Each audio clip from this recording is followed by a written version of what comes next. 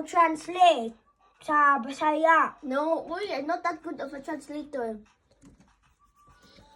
Nasa ka na, Uy, ka. Oh, nasa ka nabot da ma? Lula, Lula, I will speak to you. Lula, ako ang mo storyanin mo sa English, No. but ako ang mama mo translate sa Bisaya, okay? Di, uy. Yes. Sibulan ya. Okay. Di Di ka kayo. speak it sa Bisaya man. Nanguhan pero di kayo. Una ako Pagsubawan mi tanan ay. Pinay. Mayra.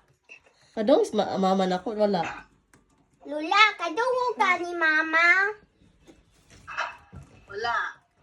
Ang kadungog. Asmin mo. Louder ko nyo imong voice, mami. Ano sa ka nabot dira? Nang nutana si mami kanos aka ng abot diha. Pagka Friday.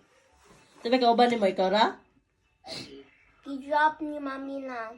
Kapit ang tadi mo dire. Asam siya nangadto? Sakay ko siyang kuan. Kianan. Asam siya nangadto? Ningari mo sila. Ayun, tuburan. Nag-outing sila? Sabi ka uban nila?